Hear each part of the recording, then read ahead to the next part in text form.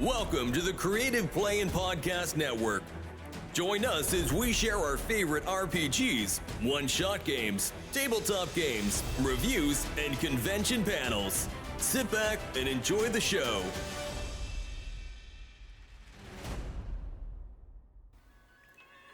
Hi, this is Kelly, aka Trixie from Ragnarok and Roll, assigned to Ragnarok Story, and Tilda Wimblewick from D&D Journey of the 5th Edition. First off, I would just like to say thank you to everyone for listening to our varied adventures, as well as for rating us on iTunes and RPGpodcast.com. If you haven't rated us yet, we would greatly appreciate it if you could. And if you're looking for more ways to support our efforts, we are now on Patreon, a great site where you can help us continue making more podcasts, as well as some special surprises for our patrons. If you can, please look us up at www.patreon.com/cppn. Every little bit helps. And again, thank you for listening. Hey guys, Jim here from Creative Playing Podcast Network and Billy. And we are here for the final somber day of RPGaDay 2023. Moment of silence. Dun, dun, dun. And for today, the monumental question is favorite RPG of all time. Time.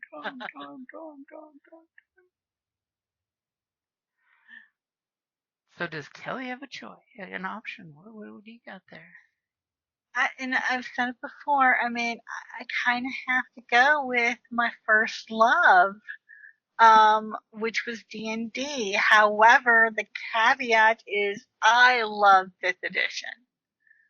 So for me, I mean, it encapsulates all the stuff that first got me, that I loved about, the first D&D, and some, bits and pieces from other releases and stuff. Mm-hmm. But it's still, it's the one that got me interested. It's the one, and it prompted like a love of reading and just, of this, creative writing. And so I'm going to have to go with D&D, but the caveat is I'm going to go with 5th edition. I love 5th edition. That whole, personality traits, Mm-hmm. For the backgrounds and stuff. I love that incorporation, and really the whole inspiration thing to get people to play those backgrounds. Mm-hmm. So, I mean, I've said it before and I'll say it again. I How about you? totally agree with all those points. I mean, 5th edition did a beautiful job of being D&D plus, That way, you have backgrounds to feel like you have extra options, so no two elf rangers in the group are the same. You've got the ability to earn inspiration, which, no offense, is huge and is fun because inspiration doesn't break the game, but it does make it more fun. It gives you more fun in there, and that you can, and heck, the fact that they just added advantage disadvantage as a mechanic. So if the GM says, "Oh, you're in a shitty spot right there. You're waist deep in the muck in a pit, and they're over you with arrows," that's going to give them advantage on the shots. Or you can totally say, "You know what? It's totally raining, so go ahead and give me your stealth roll with advantage, since the rain is covering for your tracks as well as the noise." And of course, it's D&D. It's the one that we all hopefully broke our, gummed our teeth on and got into role playing, but I'm not going to actually pick that one for my very favorite. It is definitely a solid second place.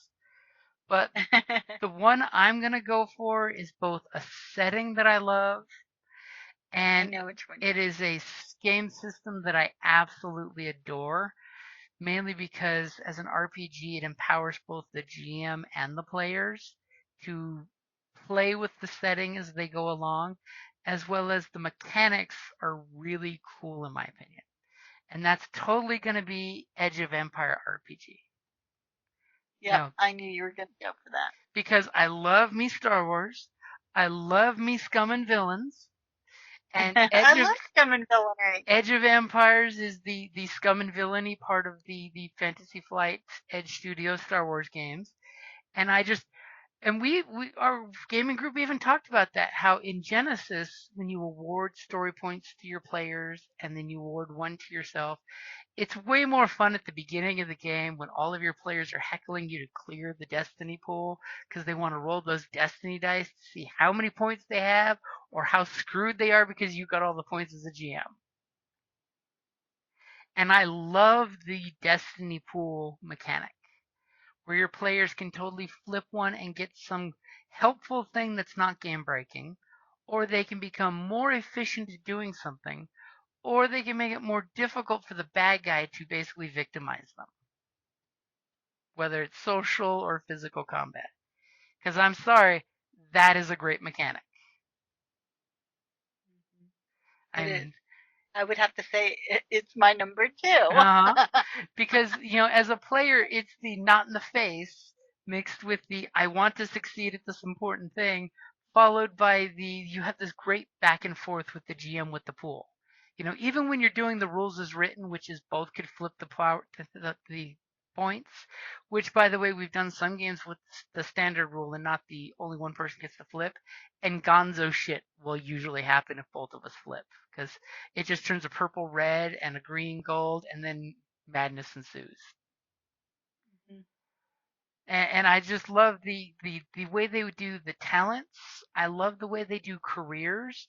So that way your character never maxes out in a level.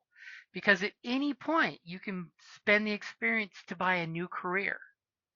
So that way your character could be that Ezra Bridger who's a thief. He's a scoundrel thief who then turns Padawan, who then turns, something else. So you always have an evolution in your character. So one of my favorite things with 3.5 D&D was the multi-classing. And in the new Star Wars system, you can multi-class by buying new careers. So you can totally be that farm boy who's got basically farm boy mechanic skill, who then upgrades to farm boy pilot skill, who then upgrades to Jedi freaking Knight. All in the span of 3 years, according to the movie's breakdown. He really got lots of experience points. Let's just say that. And the nice thing too is, as the game gives the rules, experience point happen a lot like Vampire the Masquerade. They used to you dole out the points, and then it's a point buy system for skills and talents. And the nice thing is, if they accomplish goals, the book tells you as a GM to, when they achieve things, reward them with more experience. They played the game you wanted them to play, give them a bonus, give them a boost. And then, of course, my absolute favorite part of Edge of Empire, the obligations. Obligations is an awesome rule that gives your players either more starting cash, which is what most people usually use it for, or more experience to buy skills and talents. And by basically picking your poison, like Han Solo, he had a debt to a hut. And there's beautiful, in the RPG and the fluff books, they have beautiful charts giving you options. So there's options galore in your obligations. So it could be as simple as you have a family obligation, or you have a reputation, or you totally basically have a business interest that you need to push. And at the beginning of your game, the GM has everyone's obligations listed out, and it's a number that's between 0 and 10. Usually it can get worse, or you can RPG it better. And then the GM rolls percentile dice to see if someone's obligation hits. And if it does, everyone in the group takes 1 strain. That person takes 2 strain because something pre-game has come up for that obligation, and then the GM has to pull it out of his ass to bring that obligation into the story that's happening. Which, as a GM, is totally fun because that's like a rando thing that pops up that I have to work into it. I mean, Smuggler's Run. I was waiting for our friendly neighborhood muscle man to have his family show up. Remember? Yeah, we totally were fearing the day that all of a sudden a hit squad would show up to take him out. Because I'm like, that would be really hard. Because it really would be a cybernetic killer hit squad showing up. But that is my favorite RPG of all times because it takes Star Wars, it takes a really great game system and mechanic that gives players agency and reasons to roleplay, which is again goes back to fifth edition. It gives reasons to roleplay. I game with some amazing role players. I game with some people that are too shy to roleplay, but when the game supports the roleplay, that is when players magically make things happen, even the shy ones. Yeah, and it's great because you can also use the light side, dark side points for another player. So if you know that person's shy or they don't want to, take it for themselves, they don't want to be, because some people think, no, leave it for somebody who's better. No, I'm gonna flip this point for you, and you're gonna give you that boost and type of stuff, and that's great. I love it. Like the last time we were playing Star Wars, and I was literally about to flip the point when, sure enough, one of the other players flipped it for me. I'm like, well, thank you very much. I was going to do that, but you beat me to it. Thank you kindly. Yep, Gunter totally said, "I want you to succeed."